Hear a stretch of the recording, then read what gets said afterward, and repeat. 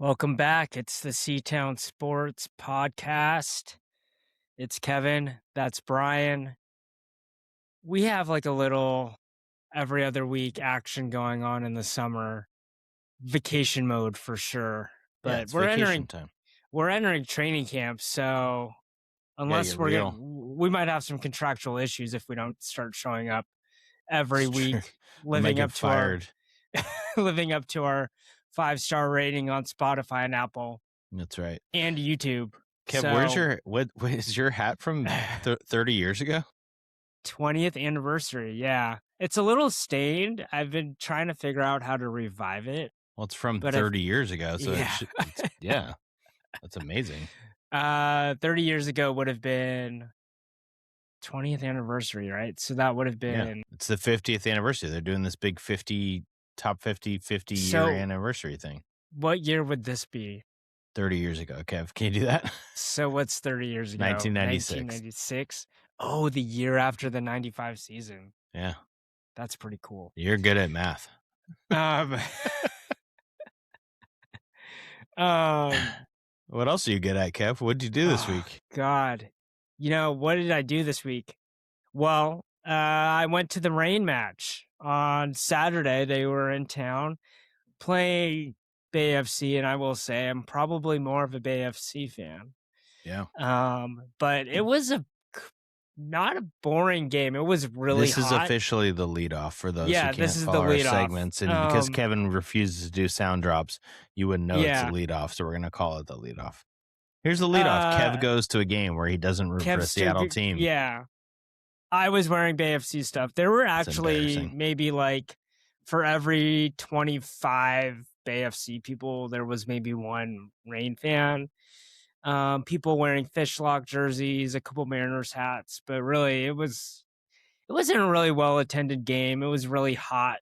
The side we were on of the stadium had the sun just shining upon us the entire time.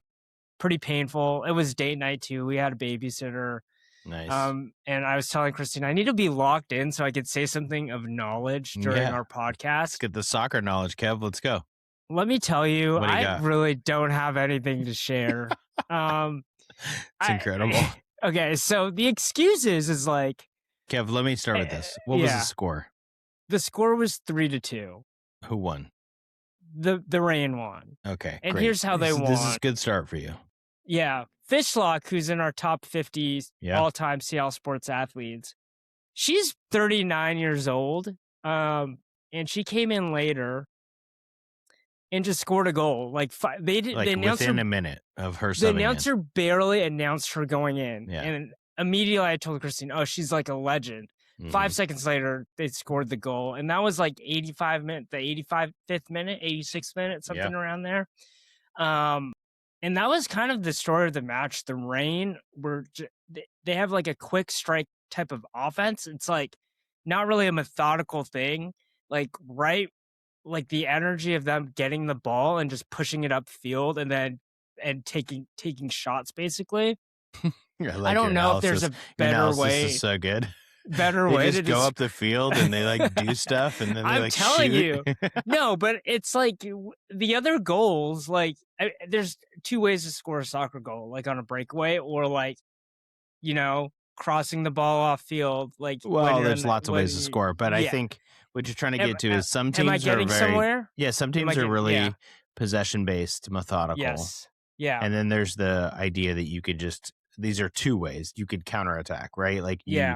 You cannot have possession for a lot, but you take advantage of the counterattack and you score in counters. Okay, so is that how the Rain scored? Was that I think the stats were pretty even, actually, in this game. And this goes to the bigger point. Unfortunately, not about your Bay Area team, which is below the Rain in the standings now. The Rain are actually playing really well. Since the the World Cup break, which was the men's World Cup, but as my wife pointed out, we were talking, they took a break partly because all the stadiums are being used, I think, in America, right? So they've won 3 out of 4. The one they lost was a painful match to Gotham where they had a 2-0 lead, and Gotham is so loaded. At least they were loaded. They've lost 2 of these players since the match. But they just were bringing in World Cup player after World Cup player. Like they were subbing in World Cup players who they just got in the Gotham game, and they won 3-2. So the Reign have won 3 out of 4 since coming back. I'm trying to pull up this particular game to your point about the Bay Area and how they were playing. I watched a lot of this match, and I thought the Reign had more possession than maybe you're saying, but yeah. You also admitted you have no idea what happened in the match. But the way they scored, so they scored like 2 goals in the first like 10 minutes. Right, like it was very quick. Right. And then when Fishlock came in, it was like a snap of a very finger. quick again. Yeah, so I think that's what I was getting at. But to your yeah. Here, this is interesting. Bay Area had 55% possession to 45. That's not really indication of domination. The Reign did have 8 shots to 3 on goal. So the Reign had more shots on goal, which means they were a little bit more dangerous. Yeah. If you look at things like fouls, clearances, duels won, right? Great stat. Yeah. They're all pretty even. So it was a pretty even in terms of who had possession and who had attacking ability in this game. So I want to ask you, this is like a larger question because if I told you like I could watch a game and then immediately like kind of understand on a deeper, like more in-depth, I can understand what's happening on a deeper level. So basketball is number 1 for me, and you probably even go way deeper than I can. But I can watch a basketball game and say something to someone like you, and maybe you'll trust what I'm saying. Okay, so that's like the first. I think football is probably number 2 from just the sheer amount of football I've watched and hearing commentators and doing this with you. And then after that's probably baseball, and that's probably the game I've played the most. And so it's not really hard to understand maybe. And there's elements of this, right? Like strategically basketball, I'm not as far as you. Baseball, strategically, like I haven't played in a long time. Football for sure, strategically. I guess you're getting my point. Like there's a surface level to all of this, but soccer, way down. And I'm wondering how many games do I have to watch to get to those 3 sports that I just talked about? Great question. Yeah. Like, how did you get there? I mean, I'm even thinking hockey too. Like, how long did it get you to get there? This is a great level. Interesting question, because I wanted to bring up like 4 different quotes from this book I'm reading this week. It's a sports book. It's called Football by Chuck Klosterman. Chuck Klosterman, great journalist. He's on Bill Simmons sometimes, and I'm doing it for a summer reading book for high schoolers, but a teacher friend of mine, Micah, wanted to do it, so we're reading it together. I'm finding myself compelled by different quotes in it. One of them, they were talking about football and how when we watch football, we don't see things. And part of the reason we don't see it is the television angle given to us that we're so ingrained in seeing, which is the sideline view. You know, and you and I have done this before. I've gotten the NFL pass and watched the all 22.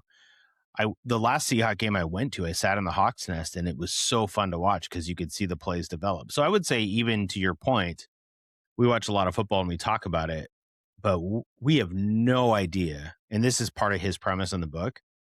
Like, we have no idea what the play was intended to do when we're watching. Yeah. Like, is this a run to the right? Until the announcers break it down and show us some tape and how the guard pulled and this, you know, all these things. And we don't really, when we're watching it, we don't get the angle to see it, nor do we have the expertise to see it, even though we feel like we can watch football and know what we're doing. I think the same thing for me is true of soccer. I just feel like I can see some things just from watching. I mean, I was a season ticket holder for the Sounders for 12 years, I want to say, something like that. So you consume. And then we've been the Reign season ticket holders. My wife has been coaching for 10 years. I was an athletic director going to tons of high school games. I've just consumed a lot of games, but I still don't know what I'm seeing compared to so many people who coach it and live it and breathe it, you know? Yeah, I think the style of soccer is a little unique, that it's just continuous play. So for football and baseball, there's a lot of start and stop. Something happens, you react. But I just feel like because soccer is just continuously flowing and there's not a lot of stop, and basketball is probably the closest, but basketball has a lot of stop. Like there's a score, change of possession. Yeah. Like soccer, a lot it's of dead just balls. Like, move. I mean, there's dead balls, but then you're picking the ball up, you're throwing it in, you're putting the ball down, you're doing a free kick. Like it's pretty snap of a finger. So the time rolls too, right? So it never ends. Yeah. So I just thought that was interesting because I was like, just man, how long will it take for me to like be able to walk away and say something like that I can about these other games? So my feeling for you with that is how I feel about hockey now. Watching the Kraken now for 4 years, like I understand enough of the rules to not feel like an idiot when I'm talking to someone, and I can kind of see, but I cannot see the game the way I can even see football. And I never played football. Like I never played football at any level, really. Yeah. So I shouldn't be able to talk about football, but I could see it better on hockey. Basketball, because I've coached for 23 years and I've like not just coached, I've digested tape of guys who are playing in the NBA and women who are playing in Division I, and it doesn't even matter what level they play. When to watch an opponent, when I get ready when we're playing Blanchette, I watch them 6 times. Like that's obsessive. That's a thing where you get to learn how to digest a game. Yeah. So my wife and I joke about it. She'll say when we're watching a game, like I'm just seeing things that she's not seeing. And a lot of it, and this will relate to soccer, Kev, I think the more you start watching where you're not watching the ball, it's the same thing in basketball. I think any sport, when you're not, except for baseball, when you're not watching the ball, that's when you're at the next level of watching the game. Yeah. So when I watch basketball, I'm rarely watching the ball. I'm watching all the action off the ball that's leading to the action with the ball. I think people who watch football who really enjoy it, like you're watching the patterns. You're not watching the quarterback. You can't do that on TV, right? You have to do it more live. I would say during football, because of the amount of stop that you get, that pretty much every telecast is pretty good about like, look at this block that happened that opened up the hole, or look at how this cornerback jammed this receiver and the quarterback. Or they'll show where the safety's playing or blew the coverage. Especially if you get somebody like, I know he's been kind of in trouble this week, but like Romo's really good and Brady's really good now. Brady wasn't great at first, but he's really good. Yeah. You'll get these commentators who can really break it down and show you what happened to the coverage. And then it does make you feel like you know what you're doing, right? So then you and I can talk about something on a podcast and say, whatever, Bud Clark is playing really deep safety because I heard it on the radio and that's exciting. Like pretend like you know what you're talking about. But in basketball, I actually do know what I'm talking about. I would say that. That's an interesting question, Kev. That's good. The other premise I want to bring up, one quick thing before we transition this book, is he talks about how, because you talked about the stop start, right? Yeah. One of the premises is football is so popular because of the stop start. Like we think we want constant action. I thought Chuck Klosterman had a great point with this. We think we want an action movie where it's just action all the time. But there's a reason why, like John Wick, which my kids are watching right now, I was just watching it with them. It's so good and fun. It's never going to win Best Picture. Like that's not really what we want out of our like viewing experience. It's really fun. But we like The Odyssey, where there's like dialogue in between and there's a story, a 5,000-year-old story or whatever. And in football, the thing that it does for us is it allows us to have these moments in between plays where you and I can be like, why is Gray's Able getting blown up? And pretend like we know what we're saying. Or like there's instant replay. There's a break where we can think about, like, did he catch the ball? Yes. Or you can go grab another drink and I can grab a snack. You know what I mean? The viewing experience is actually perfect in football. And that's true. It's not just the violence. It's not just the action. It's actually the pace of the game. I thought that was so fascinating to think about. That because there's breaks that we can expect.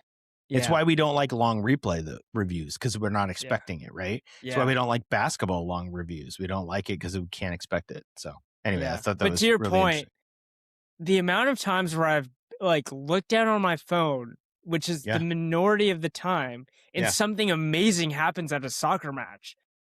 It's it's a frequent amount of time to annoy me.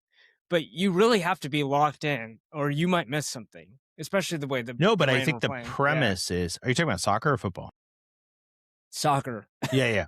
And hockey, I feel like that is what's been true too. Like when you go, the intermissions are really long, but it's so good live, and it's the best sport. It's the only sport that's better live. Yeah. Football's made for television. Baseball's great in person to a certain degree, but it's also awesome to have in the background in your house. Basketball actually now is just as good on television because of the way they do it. Hockey's better in person. Yeah. And if you look at your phone, you're missing something, Yep. Yeah. Unless it's a 20-minute intermission. So yeah. Anyway. Man, that was a great leadoff. Great leadoff. We're so good at this. What else are we going to talk about today? We got big news this week. But we have a few things to talk about. Let's give a little rundown of what we're going to do. So we got to talk about the Mariners and the trade deadline. They've already made a trade. Should they keep dealing? I have to talk to you about Brian Schmetzer's meltdown last night because I just think it's fascinating when you talk about great coaches and what's going on there. And then we got to get into football. I texted you. I'm like really geeked out. I'm incredibly excited about August. The Seahawks and Husky football. And then I've got a top 5 for you at the end. So it's my turn this week. Let's go. All right. Okay. So let's start with the Mariners, Kev. So they did make a trade, and I would say I was pretty shocked they pulled this off. Yes. So you want to give a rundown, and then we'll give our reactions? Yeah. So the Mariners traded Luis Castillo, who was traded to them, to the White Sox for Seranthony Dominguez, a relief pitcher. Great name. Nolan Jones, Boston Smith, a catcher, and something we call cash consideration. There's a lot of dimensions of this to talk about. Let's start with your reaction to the trade. My reaction, so celebrating my anniversary with my lovely wife, Dana. Happy anniversary. Thank you. It's today. I'm podcasting with you. But we celebrated last night. We were in Bellingham and eating dinner, and the trade comes across. And I just couldn't believe it. And the part I couldn't believe, Kev, is one of the dimensions I think you're alluding to, is the fact that the White Sox are going to pay his whole salary moving forward. So for 2 seasons, right? Yeah. Well, so this Castillo, season and next season. He absolutely is going to get paid next year. So I have it here. I'm pulling it up. I have Spot Track, whatever you call it. 22 and a half. So next year it's $24.1 million. Okay. So that's a lot of money. He made this year and the year before, but as we know, he's not great. He has a vesting option in 2028 for $25 million. He's got to throw 180 innings. I don't know what team how old is Luis now? 30. He would be 35 in that season, so 34 the year before. I mean, it's sad, but they're going to do the thing where, any team just shuts him down, doesn't let him get the vesting option. Yeah. If he was on the Mariners, they would have done it. Also, that might take care of itself because there's going to be a labor shortage probably, so he probably won't even get to 180 innings. So we're probably looking at one more year, but they're paying $25 million. The Mariners didn't have to pay for any of it. In fact, you said cash went back to the Mariners. We don't know how much, but that's amazing. Yeah. So, so a lot of people had said the White Sox are very happy to get rid of Dominguez because he's making $10 million next year as a reliever, which is wild. But the Mariners are getting $15 million net here. Plus, now their 14th best prospect in the system. It was the White Sox 15th. It's somewhere around 14th or 15th in this catcher/outfielder, Boston Smith. Is that his name? Right? Yep. So I don't know how you don't see it as a win for the Mariners, right? Yeah. There is a good X account that kind of looks at dimensions of the trades and gives an objective, like who overpaid, like who basically won the trade. Yeah. And the way it termed the Mariners, it was like this Mariners trade was like an overwhelming, like Mariners win on the trade. Like the White Sox significantly overpaid. Yep. I saw that. Yeah. And it might be like mind-boggling to Mariners fans, like why the White Sox would do this. And I actually reached out he reached out to me and then we chatted about it. But a White Sox fan who said he's not really excited about Luis Castillo, except that he'll be an innings eater. Totally true, right? Like he'll give up 4 runs, but he'll pitch 6 innings, and sometimes can go 7. I think theoretically, yeah. I have some thoughts about whether he'll be able to do that, especially at that ballpark. Yeah, that's interesting. But let's just look at it as objectively as we can. He's gone 6-6-5-7-5 the last 5 starts. So yeah, and he hasn't honestly been horrible. Like he has a 5 ERA, but if you've watched him the past month, I don't look at him and be like, "Oh my god, I never want to roll him out." Like I feel a little opposite. I feel like every time he pitches, I don't want to watch. Like, so when even Woo on the road, which has been objectively, whatever you want to say, atrocious, subjectively, whatever objectively you want to insert, atrocious. Yeah, to your point. And even with Woo, I'm like, okay, Woo, Miller, Gilbert, Kirby, I feel like we have a shot to win. Every time Luis pitches, totally unfair of me, probably. Maybe not this year. Yeah. I'm just like, I don't think we're going to win tonight. That's how I feel. So, I will talk later about his sort of legacy and the flowers people were giving him and my thoughts on that. And this is not meant to slam Luis. I think it was a great trade. You do it again. He was good for the Mariners. I think people are going a little over the top of how good he was for the Mariners, but I'm going to say that for them. Okay. Pin that because I do have something to share about related to his legacy. Not completely all about him, but let's we'll keep do it at that the end. For later. It's part of my top 5. So, so it's Sunday, August 2nd. There's trades happening. I mean, it feels like a very active deadline. First of all, can we talk about the fact that it's August 3rd for the first time ever? Yeah. And it's on a Monday. The Mariners are off tomorrow, which is interesting. I think one related thing here is I think Brendan Donovan's probably active on Tuesday. Yeah, he just had a baby. They had a baby. He had a rehab assignment. He didn't have a baby. No, his wife had a baby. But he went, I don't know where they were, but it seems like he was spending some time there. They told him just don't worry about the series. I'm guessing he'll be back Tuesday. I'm guessing, I know Dominguez was going to report Tuesday, so they add him to the pen, which is good because Bizardo and Ferrer are awful right now, which means we have no pitchers in the pen who could do anything. Oh, my gosh. Talk about Sunday's game, just serving up home runs. I mean, speaking of serving up home runs, that could have changed the season if they had lost. I mean, even if they win, it may not. Yeah. Do you remember Dominguez's last time he was at T-Mobile Park? Yeah, he gave a grand slam to Gino Suárez. Yeah, it's great. One of the best moments in Mariner history. It's awesome. It's going to be great trivia if he ends up being significant. Yeah, he's going to be significant. He's pitching and setup immediately, so he'll be significant one way or the other, right? So my point is, they bring a little juice coming in on Tuesday, regardless of what they do. But do you think they should keep trading? I think the door is probably closed on Kirby being dealt. Like he's been hot and cold. He's great today. 7 shutout innings. He was great today. The Cubs were aiming for him. Yeah. And they just got Gausman. I think the suitors is the problem, right? Yeah. So the Cubs got Kevin Gausman from the Blue Jays, who I think is better than Kirby. That's good for the Cubs. Yeah. Freddy Peralta goes to the Rays for the Mets, who's not better than Kirby, but has been in the past. Who's left to trade for Kirby? Exactly. There's people that would want him, but like the Mariners he's got 2 more years. A big haul. He's got 2 more years on his deal, right? Yeah. So, okay, are you ready for my hot take here? We're on a podcast. So, our producer said that we had to have hot takes at one point. So,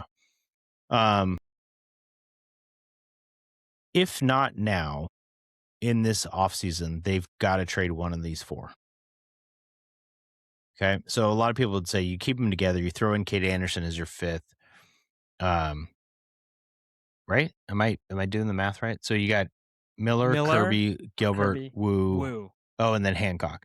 Hancock. So you actually have 6 with Anderson, 7 with Sloan, right? So in some ways, this is not a hot take. This is, of course you do. But this would be my hot take to trade Kirby like today. Your point, like he hasn't been great. He's been good a little bit recently, but in Texas he got shelled, right? Yeah. He's got 2 more years. You can't sign all these guys. And they're not all up in the same year.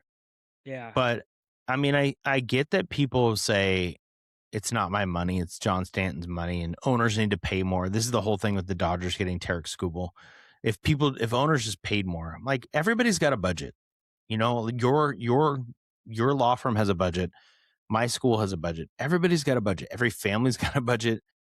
I get that they're billionaires. They still have a budget. And you still want to be a smart organization.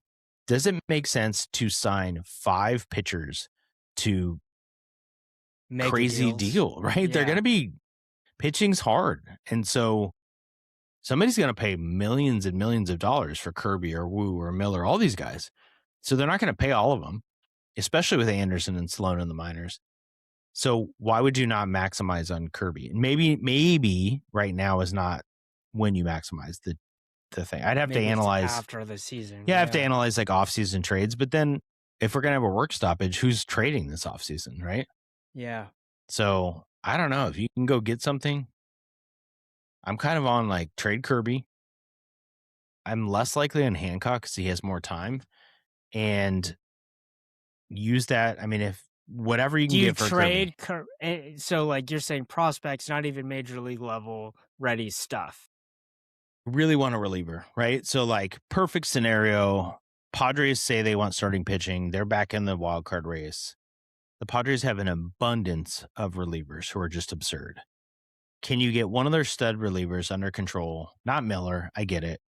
But you could trade Kirby, you get one of their relievers, and then you get a hitter, you know, who's decent, and then a prospect. I don't know. Is that too much for Kirby? Maybe, but yeah. like, where's Kirby in ranked in Major League Baseball as a starter? Do you think? Like, is he the average, top above average? But do you think he's a top 20 pitcher in baseball? I don't think so. No. Well, is he top 30? Maybe top 40. I mean, it feels pretty low. Yeah. I don't know how to look that up, like by WAR maybe. Maybe not this year, but I'm like trying to see if I can find where Kirby would be here. This includes relievers. Okay, so it won't let me search it. Yeah, he's not like in the top 50 if you include relievers, I think. So maybe you're right. Maybe he's lower than I think he is. WAR's complicated, obviously, but you know, there's a lot of pitchers out there who are better than Kirby, I guess. But with 2 years of control, I feel like you can get a good haul for him. So I would trade him. I would not trade Randy. I know there's a lot of talk about that. Yeah. It's tough just because write it out. don't Take the draft pick. Write it out. Yeah, it's tough for me because I do think that this team, they're on a 2-game win streak now. Yeah, I do think that they because the league is so weak, right? There's been significant injuries on the Yankees side, like with Judge being out. The AL West, no one scares me. No one's like unstoppable.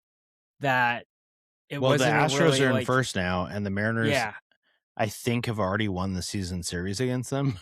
Yeah, and Mariners are the only team in the division with a plus run differential, which tells you that they're probably the best team in the division.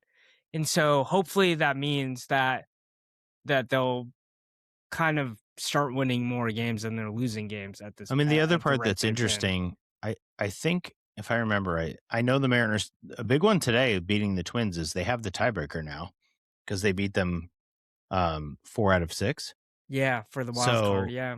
Twins are 1 game above us. The Rangers are right above us. I mean, they're going to have to pass the Rangers in either race, right? I feel like we are even with the Guardians in the season series. So I don't know. None of those teams seem awesome to me. There's talk about the Rangers doing a fire sale. So I feel like, to your point earlier, trading Kirby, if you can get the right stuff back, doesn't mean you're selling. Yeah. I'm not advocating selling. I'm advocating making your team better now because you have 4 other good starters and you can bring up Kate Anderson. And I'm okay with that. As a 5th guy, okay, maybe he's not awesome. Well, Castillo had a 5 ERA as our 5th or 6th guy. Like, Kirby gave up a ton of runs in Texas. Like, what's the difference to me? I don't know. Maybe I'm silly. Yeah. No, you're not silly. I don't think you're silly. Thank you, Kevin. Thank you. Yeah. All right. Well, we'll see what happens when people are listening to this podcast. Maybe the Mariners have made a trade. Maybe they haven't. We will break it down next week and talk about our reactions. And we'll talk more about Luis Castillo later. Can I talk to you about Brian Schmetzer for a second? Yes. You know why I like our podcast? Because there's things that go viral on social media, and I have an attention span of a gnat. So like maybe I'll read the caption, maybe I'll watch 10 seconds of something. But our man was getting some flack. He should. This is my take. Yeah. Schmetz, we have you. We've talked about this. I'm going to talk about Mike Macdonald later, who might be the greatest coach in the history of all sports. But Schmetzer is the number 1 all time in Seattle sports history. We've talked about this. They're on a 6-game losing streak. A week and a half ago, 2 weeks ago, they lose to the Timbers 5-1. They lose 2-1 last night. They look bad. They're passing to the other team like they are playing awful soccer. And in the postgame, they ask him a question about it, and he immediately diverts to the Tifo that the Timbers Army has. So if you're not a soccer person, a Tifo is one of the best things. My favorite things, going back to Kevin's earlier point, you get into soccer. I'm a Sounders season ticket holder. I've been under many a Tifo holding it up. It's a giant poster, for lack of a better term. Okay. And teams that do it, you can Google and YouTube some teams that have amazing ones. Like in the Bundesliga in Germany, there's some teams that just unbelievable work. These take days and days, months to create sometimes. Timbers, you can say whatever you want. Is this a home game or is it in Portland? It's in Portland. It's in Portland. Yep. So the home team always does it. And sometimes the road team will do it, but it'll be a small one because they got the whole Timbers Army behind one of the goals. Whole section, right? And they unveil this huge one, and it's like a horror movie type of thing. And it like burns and it peels and it reveals like a Freddy Krueger type looking person. I mean, it was awesome. And it was basically like we're in your nightmares, right? The Timbers also have this thing called gut the fish sounders, right? They're going to gut the fish, and they like literally like cut a fish, I think, open at the end of the game. This is all awesome rivalry stuff. I can say whatever I want. I've hated the Timbers for a long time as a Sounders fan. Their fans are awesome. Their atmosphere is awesome. Their stadium's awesome. Their Tifos are awesome. They bring it. And this will be controversial, but I think the Emerald City supporters and the Sounders, they annoy me more than I think they're awesome. So come at me, sure, I guess. Don't put that on TikTok. The Timbers fans were awesome. They brought it with this Tifo. And Schmetzer, like 1 second into talking about his team, was like, whatever that Portland Tifo was, I guess they deserve it because they won. But what comes around goes around. And he's just like slamming this like amazing artwork that had nothing to do with the game and the fact that his team has lost 6 in a row. And he just got fried on social media, as he should. Like, what are you saying? What's your point? Your point is that like the Tifo made you sad? Like, that's soft. That's really bad when your team is playing terrible soccer. Just awful. They have injuries, all these things. They've lost 6 in a row, Kev. Yeah, he's deep and for down a team, in it. they just don't do that, right? Yeah, he's deep down in it, man. He's deep in it. He actually was experiencing the depths of hell that the Tifo was projecting on him, and he can't get out of it. So Pete Carroll needs to call him or something. Like, yeah. He needs Mike Macdonald. Yeah. Yeah. Mike Macdonald has a phrase for everything. Yeah, he does. I mean, he hasn't had a 6-game losing streak or anything close to it, but he has a phrase for everything. The way they talk about they're not running it back, whatever the phrase. We'll see it on Hard Knocks coming up here, but he's awesome. Like, he's incredible. Yeah. And is this a good segue? I think it is. Yeah, it's a great segue. I cannot wait. We are 2 days away for the first episode of Hard Knocks. I need to get HBO Max. You have to for this. Yeah. Mike Macdonald, I cannot overstate how amazing he is.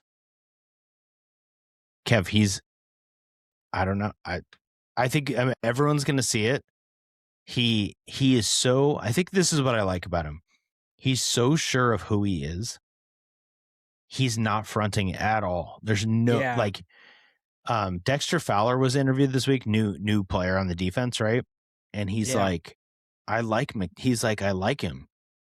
He is kind of nerdy. And Fowler was like, I'm kind of nerdy. But then when it's time to play football, he has complete command of everyone on the field. Yeah. Everybody. I saw this note today that 2 of the new guys, they got signed, rookie contracts or whatever. They were going back to the locker room after practice, and he said, no, you got to go sign autographs. Like, that's what we do here. He just has last year too. Yeah. He has a culture. He has a way of proceeding. He's so clear in his vision.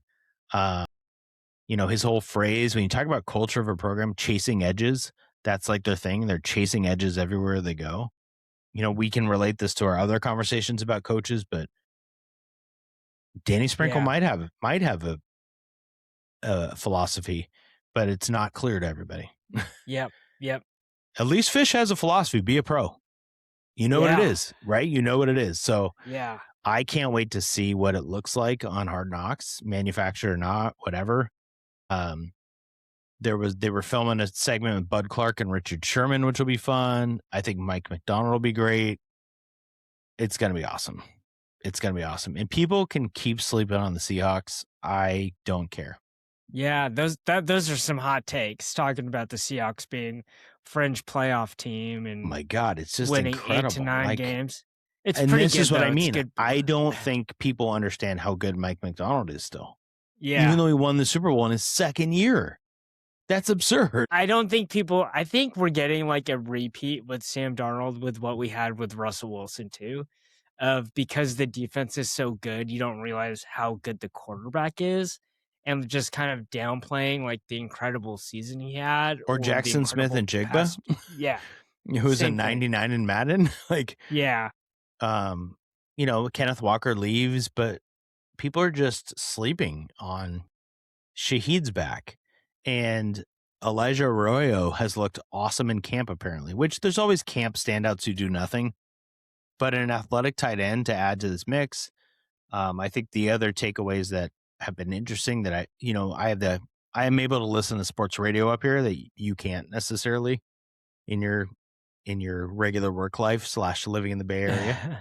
So here are a few takeaways. I've been listening to a lot of ESPN. Great. My long commute. So yeah, I didn't even know you had a long commute. A lot of Sock and a lot of Heward, a lot of Okay, so they've talked about a few things. Elijah Arroyo, somebody to watch, tight end from Miami, had an injury filled last year. Didn't do a lot, but has been popping every day. Bud Clark, my guy who I talked about on the podcast, has been playing with the ones a little bit at safety. Riley Mills, big sack in the Super Bowl. Defensive lineman from Notre Dame has been good.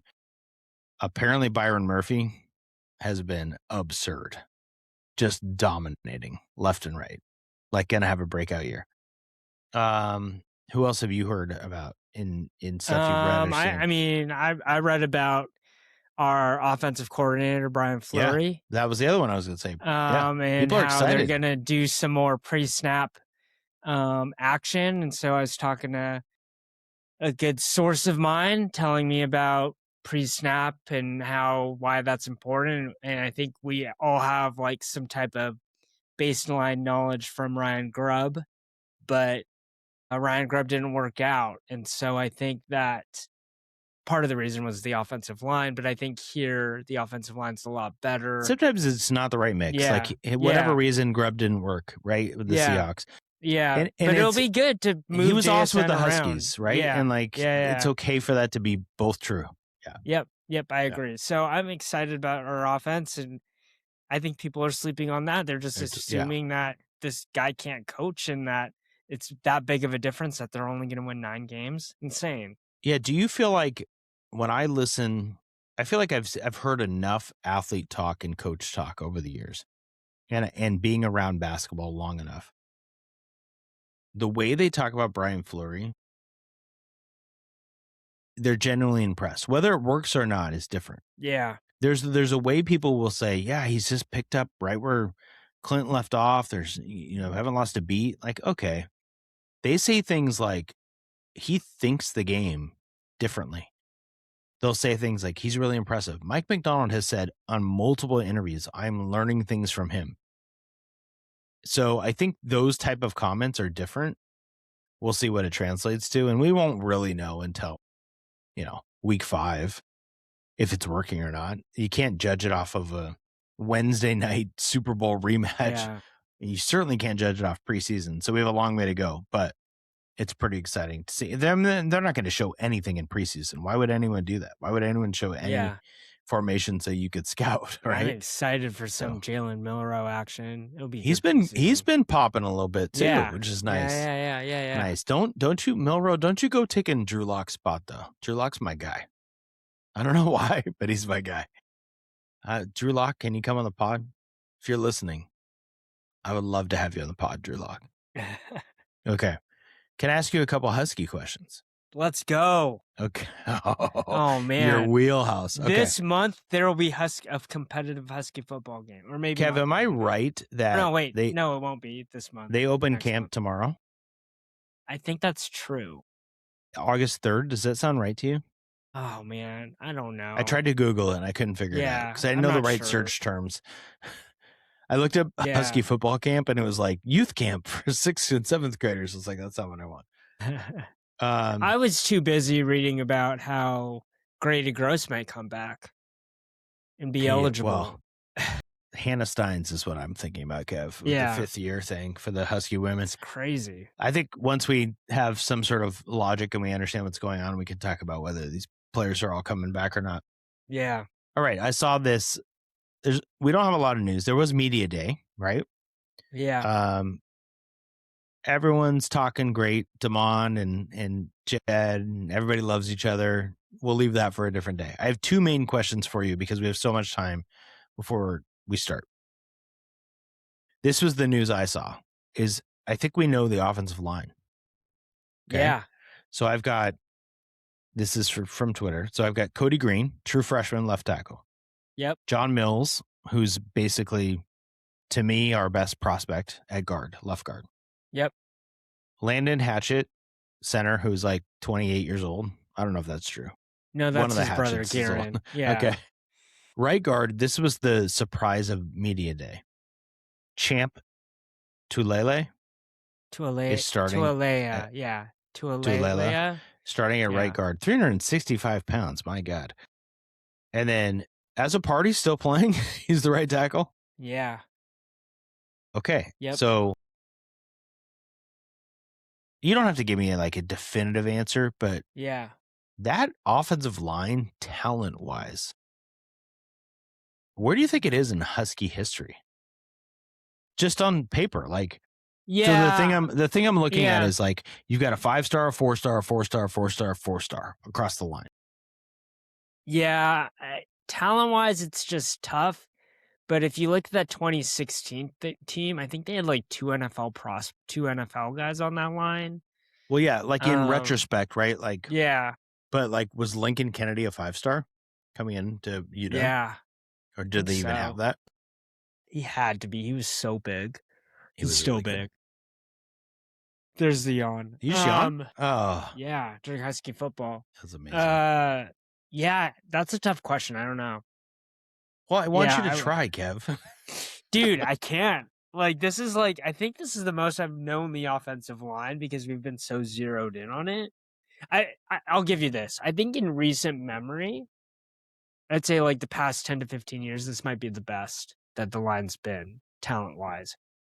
And it seems like it. They're huge. Someone's yelling, though, because they're bringing up an example maybe from the Chris Peterson era where we clearly had a better line. But it's not coming to me. Well, let's put it, let me help you out. Is Cody Green, in your mind, a potential Sunday player? Yes, absolutely. Is John Mills a potential Sunday player? Absolutely, yeah. Or anyone else on the line a potential Sunday player? As a parties, like he's been on NFL prospect boards, so you got to throw him in there as a potential if he has a good season. So that's 3 guys. Yeah, that's pretty good. Yeah. I guess in 2024, I'm looking I'm using AI here and looking, but like Troy Fontenot and Rose Garden. Fautano, yeah. And went in the first and the second round. Yeah, that's pretty good. Yeah, that's pretty damn good. Yeah. Yeah. And they won the freaking National Offensive Line Award. Yeah. So those are the people that were yelling at me. Maybe just 2 years ago they were just as good, and I'm getting too excited. Yeah, everyone could blame me. I'm excited about this line. I think it's exciting. Yeah. Okay, my second question. I'll move to the second one. Yeah. You can't be wrong on this one. I mean, you can, but no one will care. Yeah. Who's taking the most snaps against the Cougars in week 1 at running back? Yeah, it's going to be Jaden Lamar. I think he's a starter. Tell our listeners who have not been paying attention to Husky football who Jaden Lamar is. So Jaden Lamar is a transfer from Oregon. He wasn't their main guy last year, but he did get a lot of action. And he's actually a local kid. He played at, let me get this right, Lake Stevens. Good and he appeared in 33 games for the Ducks. So he knows what he's doing. He's experienced. I do think that they'll have to have a number 2 guy. Query whether they could potentially bring in a magical 5th-year player since they did lose Jordan Washington for the season. Yeah, so one of the big news is Fish said, and Washington replied to some people on Twitter, was very positive, but doesn't look like there's any chance Jordan Washington's going to play this year. He was kind of I don't know. You had Coleman and you had Adam Muhammad, who everyone thought would be the starter, but he transfers to Cal, right? He's a Cal. And then Washington kind of popped at the end of the year, and it was exciting. And then he has this terrible neck injury. I mean, he's walking around like he's not, paralyzed or anything, but he's doesn't look like he's playing football this year. So so Jaden Lamar, who else would be, like if I Google the Husky running back depth chart? Yeah, so you'll find Trey Cooley, who transferred in from, I want to say Louisville, Georgia Tech, and Troy. He's been a lot of places. Yeah, Troy was the last place he was at. So he was kind of banged up. He didn't participate in spring camp. Yeah. So he'll come up, and then you have Quade Carr, who everyone's excited about. Redshirt he was freshman. Redshirt freshman out of Southern California. Yeah, Riverside area. Yeah. He might be the guy. He might be another guy. So there's freshmen and other guys that have not touched. Brian Bonner, my guy time. Brian Bonner. Yeah, I just like his name. Hear a lot about him. Exciting. Yeah. But those are the 3: Carr, Lamar, and Cooley. So we're gonna probably put our bets Carr on. would get the second most after Lamar, I think. Oh, interesting. But we're gonna go. Jaden Lamar is the guy we're rolling with here. So we'll see if that's true. Okay, I like it. What do we have left, Kev? It looks like a top 5. Yeah. Before we get to top 5, let me tell you about Luis Castillo. So let's talk about him. Can I tell you what my top 5 is going to be, and then set the context, and then you go? Yeah. So, and I don't want to steal your thunder here, but a lot of takes were like, he's one of the best pitchers in Mariner history. It was like what I was reading a lot. People were like, "Thank you, Luis. One of the best pitchers in Mariner history." And I don't know if it's my just oppositional nature sometimes. Yeah. I was like, really?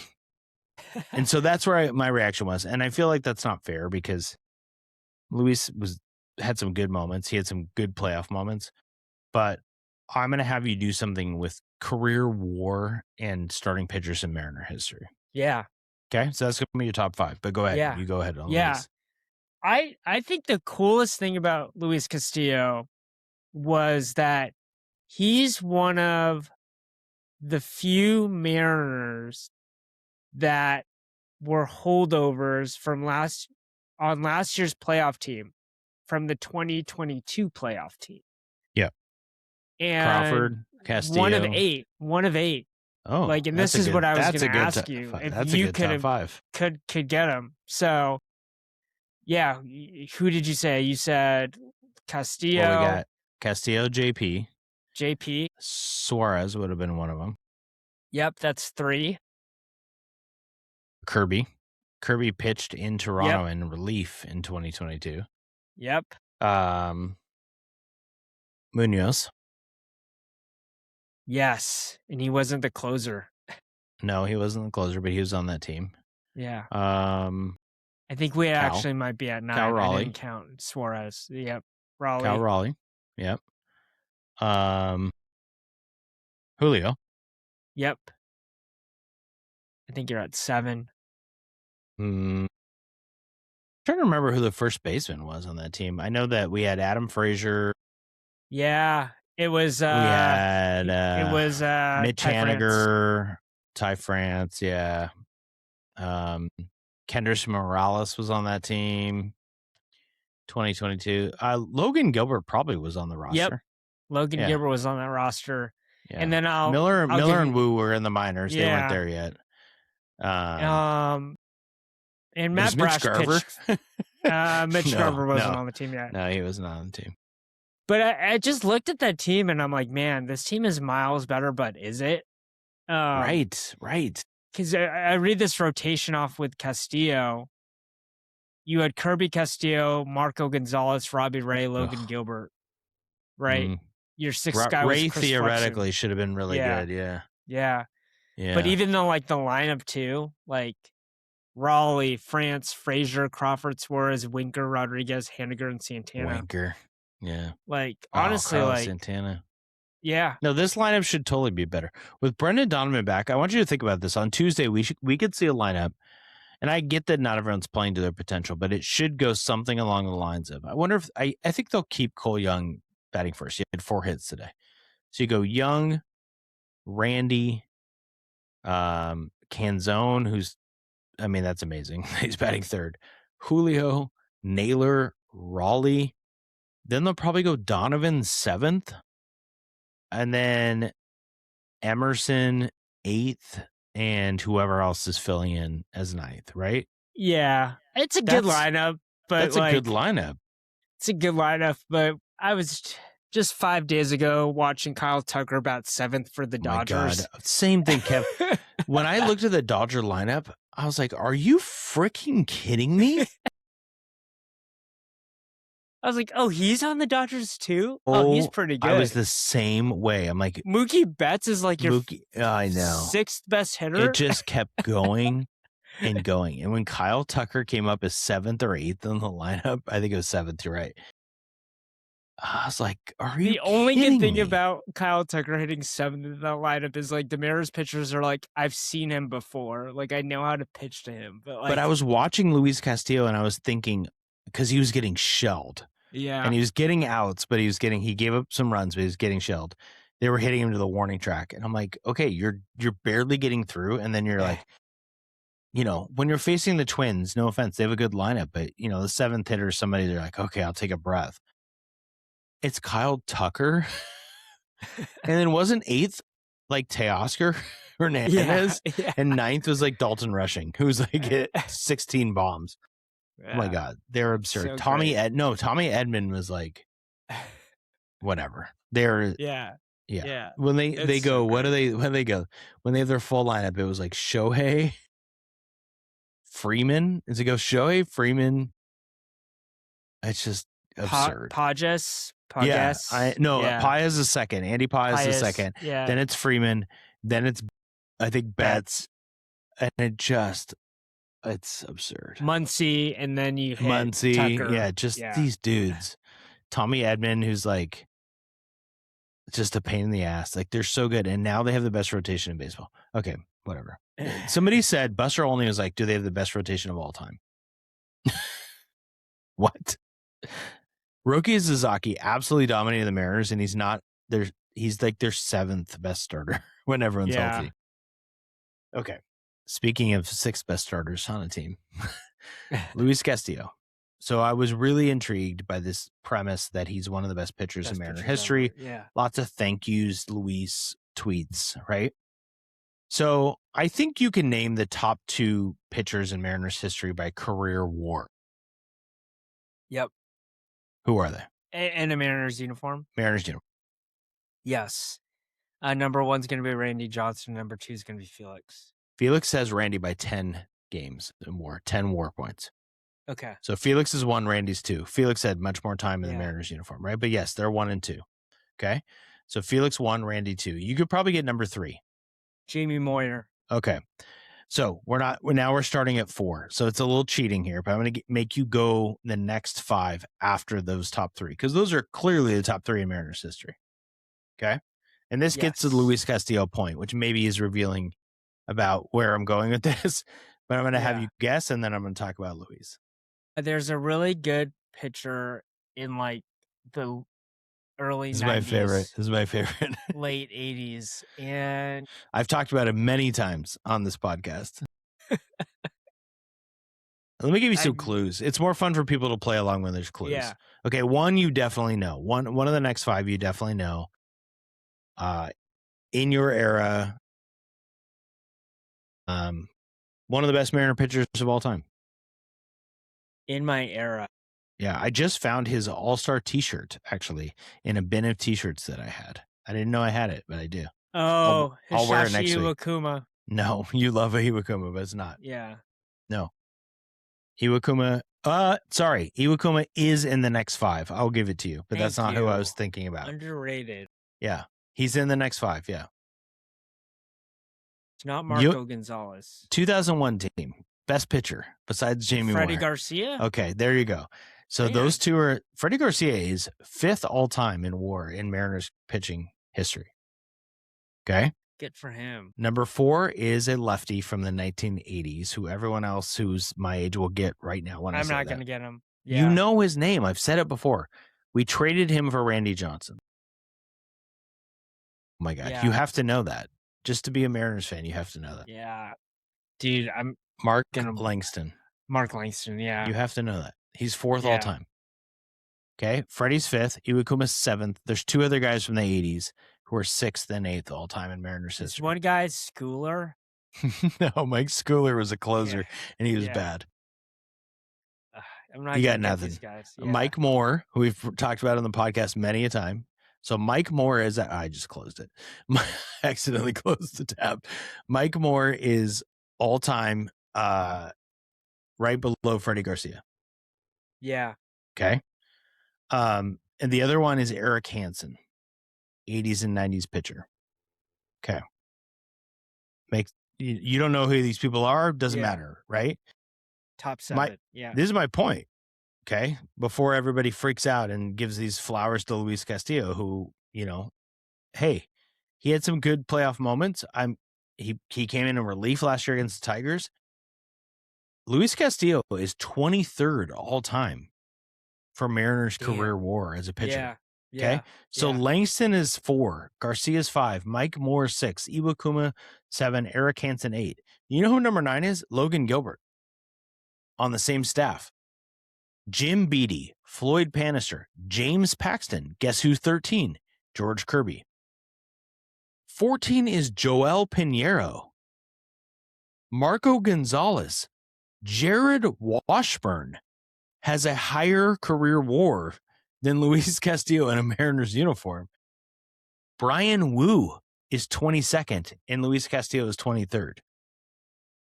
I'm not here to crap on Luis Castillo. Yeah. I'm here to call out people who are sensational on Twitter and say things like, thank you for being one of the greatest Mariners pitchers of all time. Even the broadcast crew who said he'll be in the Mariners Hall of Fame. What are we doing? What? What are we doing? He's pitched 4 years in Seattle. Yeah. It'll be a year and a half from now, and no one will have thought about Luis Castillo. Yeah. I think if your best argument for him being better than a lot of those names you just rattled off is the 2 playoff appearances. And the reason why it's such a big deal in the Mariners context is because they haven't made the playoffs that many times in the past 25 years. Totally and so fair. if you're on 2 of those teams and you actually contributed, then you're going to stand out. And you're probably going to be better. Like, you can make the argument top 10 Mariners starting pitcher based on that fact alone. I think he jumps Joel Pinheiro, for example. I think he jumps Jared Washburn, right? Just to be clear. Yeah. So I don't get aggregated here. I'm not making the case that Luis Castillo is not better than those guys and is not more important to the franchise history. I am making the case that he may not be more important than Logan Gilbert, George Kirby, Mark Langston. Mark Langston was really, really good. Okay. And he didn't get a chance to be in a playoff game because the team was terrible. And Luis Castillo has been really good in the playoffs. He was really good in 2022. And he was kind of good last year. He had an amazing moment coming in relief. He was not great against the Blue Jays. He matters, I guess, right? Like, he's been in the postseason, so that's a part of it. But I don't know. Is that fair? That's like saying Jermaine Kearse has a higher, and maybe this is true. Well, Jermaine Kearse is a bad example. Someone will say that he's had some really clutch catches in Seahawks history, right? Yeah. But because they've been in a playoff run, does that? I guess the question here is, does that give them more value than somebody else who is better? Yeah, I mean, that's kind of like the ultimate. That's the debate. And I may not be fair because I'm doing career war, and maybe when you only play 4 seasons, it's not fair. Because Luis was good. He had under 4 ERAs most of the time in Seattle. He's probably really comparable to Mark Langston when it comes down to it, but I don't know. I've told you this before. Mark Langston had a season of 245 strikeouts and 262 strikeouts. Like, that's silly. Yeah. That's absurd. Yeah. But maybe I'm just, the old guy from the 80s championing my old heroes when I was young. So yeah, it could be all it is. Well, all right, Kev, next week, guess what? We get to talk about Hard Knocks, episode 1. Maybe another Mariners trade deadline. A week of Mariners games to talk about. Yeah, who knows where the Mariners will be at this time next year? Will they be completely out of it? Will they be back in first place? Who knows? I don't know. Yeah. Well, we'll talk next week. And then we'll also talk about Husky football because I have to see you yawn less and get more excited. So, well, I'll try to watch a soccer match.